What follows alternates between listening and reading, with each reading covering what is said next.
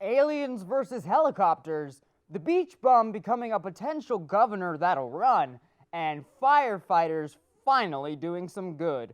All of this and more on this episode of the Battleground. Suit up, soldier.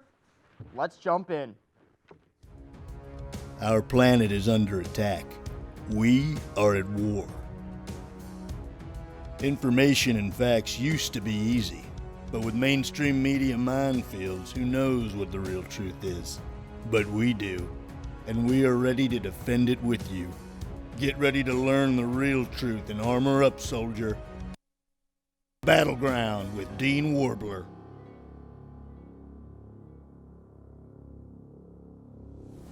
Hello everyone, welcome to another episode of the Battleground. I'm Dean Warbler, and I haven't slept in weeks. That's alright though, with all the energy drinks and once-a-day meditations I do, I feel reborn.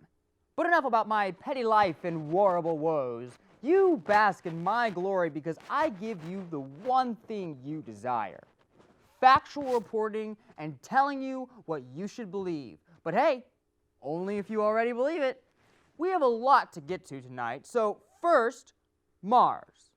The current home of Martians, or at least before Musk moves them all out or gives them all jobs in the first ever Tesla Mars Gigafactory. Mars was in the news this week because of a new historical NASA achievement. NASA engineers were able to control a helicopter on Mars from Earth. Celebration this morning at JPL Mission Control. Stunning images just coming in as NASA yet again pulls off the unbelievable, flying a 4-pound autonomous chopper, a drone really, on another planet.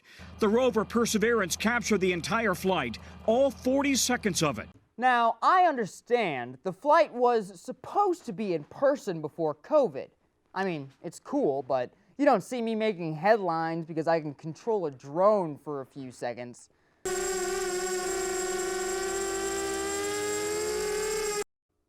I said a few seconds.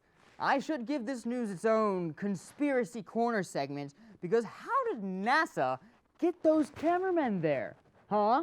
Tell me that, government. Why send the cameramen and not the pilots? As soon as it won't be just helicopters we can control. I mean, think bigger. Giant, mega, super Mars robots, all right? That idea is mine, Elon, so back off.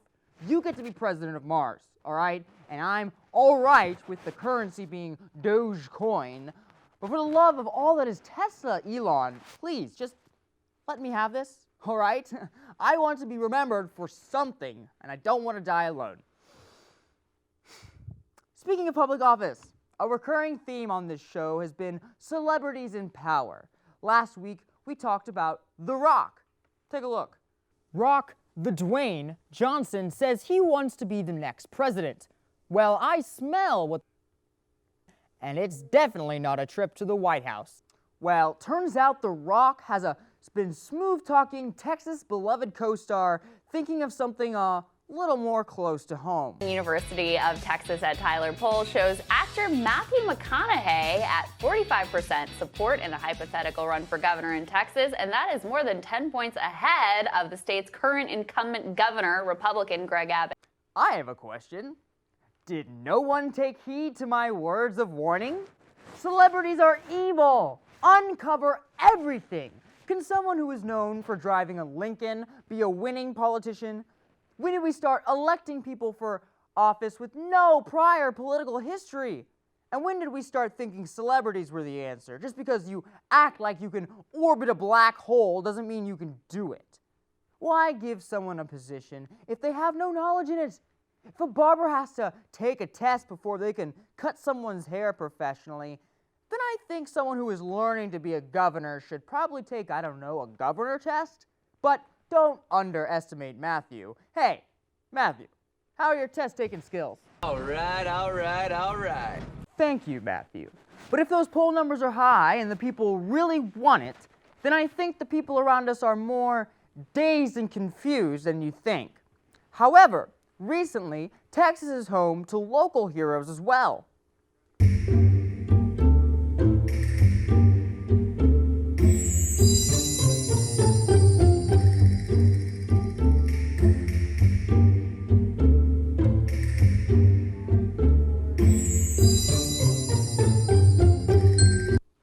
firefighters couldn't stop at saving cats on top of trees, and they just had to go above and beyond.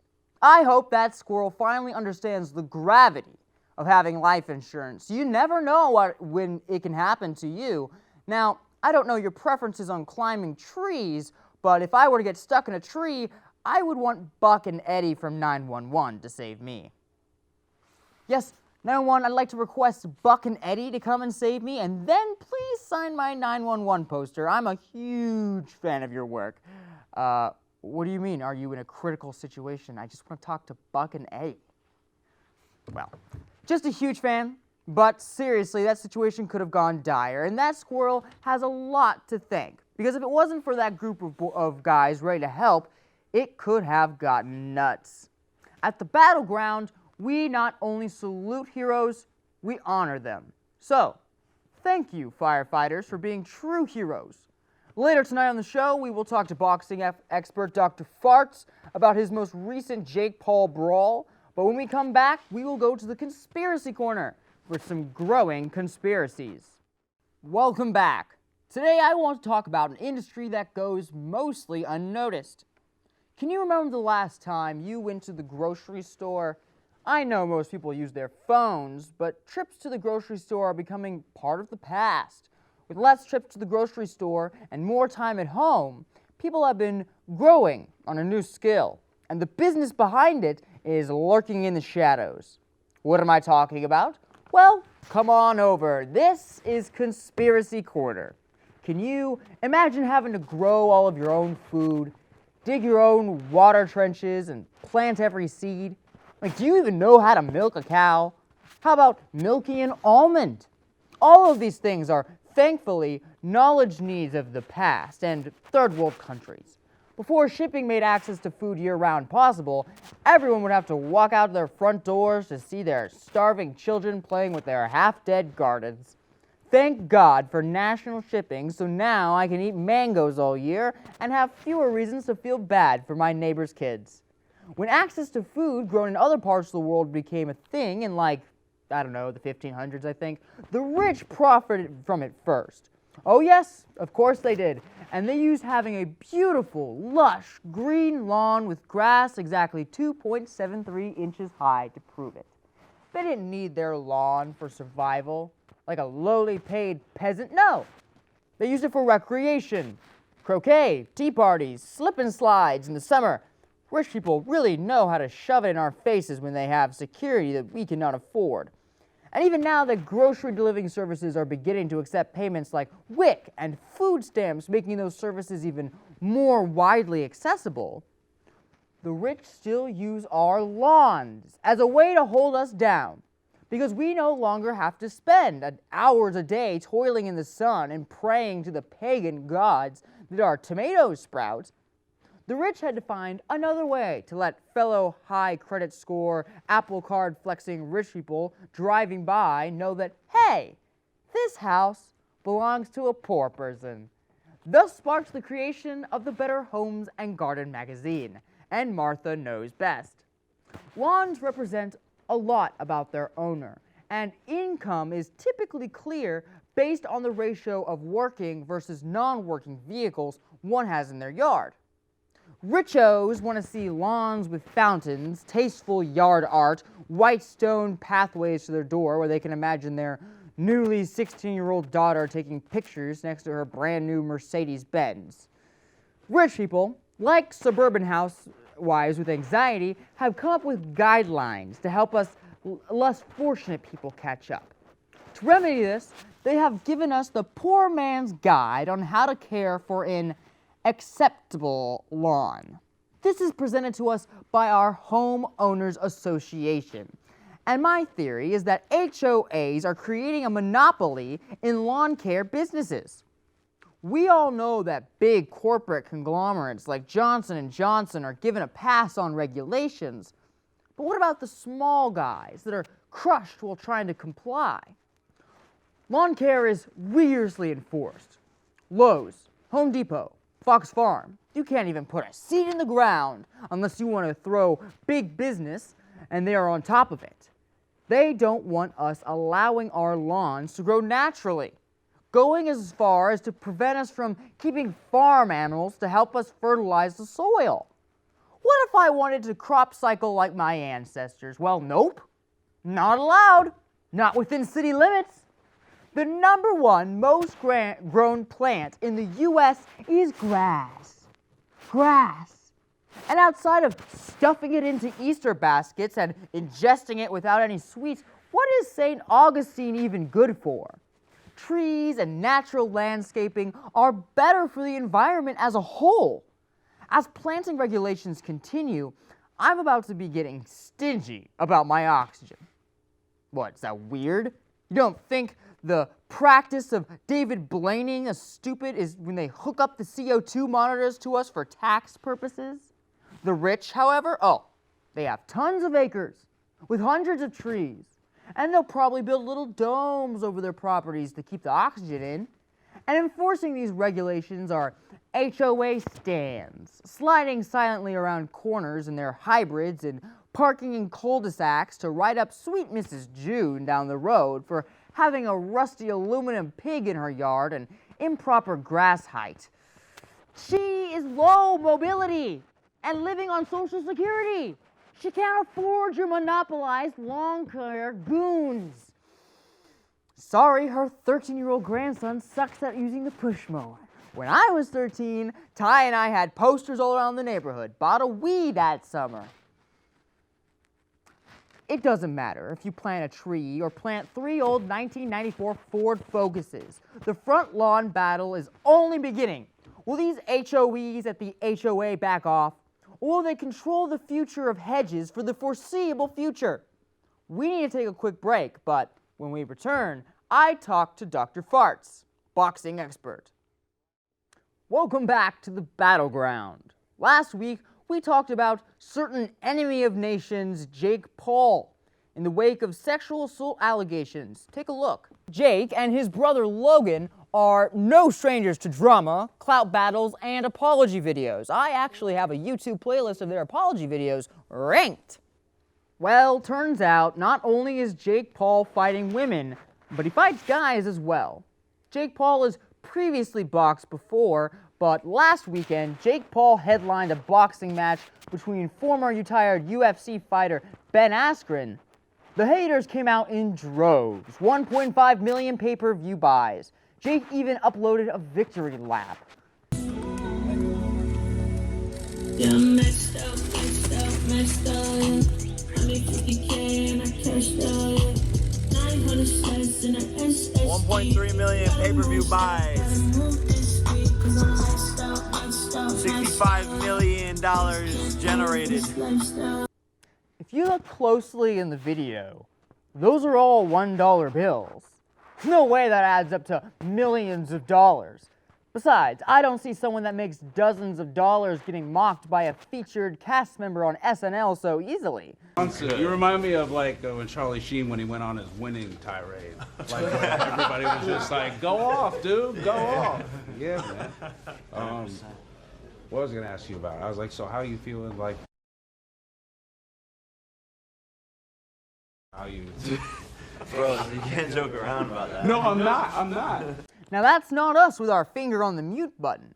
Triller, the company who broadcast this pay-per-view event, muted their conversation after it might have gone into dicey territory. Could this be why people are saying the fight could be fixed? What is the big picture here? With more YouTuber and TikTok boxing matches to milk profits more and more by the day, it's clear that a business and online rivalry is clearly showing its true business and monetary value. So what is the future of this clearly contractually concocting conflict? Curiously captivating himself, as always, with the knowledge of all things fighting related, we go to our fighting expert, Dr. Farts. Dr. Farts, are you there? Sure am, Dean. Decided to be in studio for this interview and be a little more hands-on with my topic. Okay, understandable, Doctor. Why don't you come here in front of the camera and we can talk? You said it yourself, Dean. Nothing's fake on this show. So I'm going to show you what a real fight looks like instead of a fake one. I mean, you wouldn't want to lie to your audience, right? No, of course not. I'm all about, the truth, those truth bombs. You gonna take the challenge? Be my volunteer? Why not?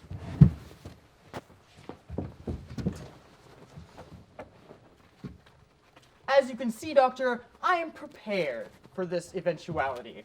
Okay. Whatever you say, Dean. All right. Yeah? Yeah, come on. Let's go, Dean. Whoa. You scared? You scared? What is this? You've never seen this before? No, I haven't, because You're scared. it's ridiculous. Oh, you say. I'm an expert, Dean. You said it yourself. I'm a fighting expert. Why do you want to fight me so bad? Huh? You scared of Throw me? the first punch, Dean. I'm not scared. I played chess. Come on. I don't play the first punch. Just fight me, Dean! You took her from me. What? I didn't take her from you. What are you talking about? I didn't take her. My ex-wife, you didn't take her? What? No, we went on like one date, and then she said she's only into experts. I'm sorry, Dean.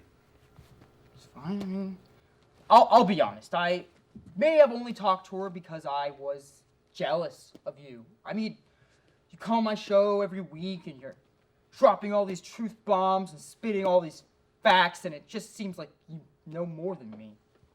Well, besides that, you're the host, Dean. Everybody here, your crew, your viewers, they all look up to you. Your name's in the title of the show, Dean. That's something to be proud about, and I would know. I'm kind of an expert, like you said. Thanks, Doctor. That means a lot. It's all good, Dean. I'm sorry, I overreacted a little bit. So, Yeah, good? we'll hug it out. Yeah. Good. All right, COVID. COVID, yeah, it's COVID, so this is good. acceptable. This is good. All right. Well, we'll be right back after a quick break, but don't worry. It was after these quick messages. Sorry for kissing your ex-wife, Doctor. I thought it was just... Well, that's all the time for this week's episode of The Battleground. Thank you to our producers, our lovely crew, and thank you for watching. Remember, why read the news when you can be the one making it? Good night.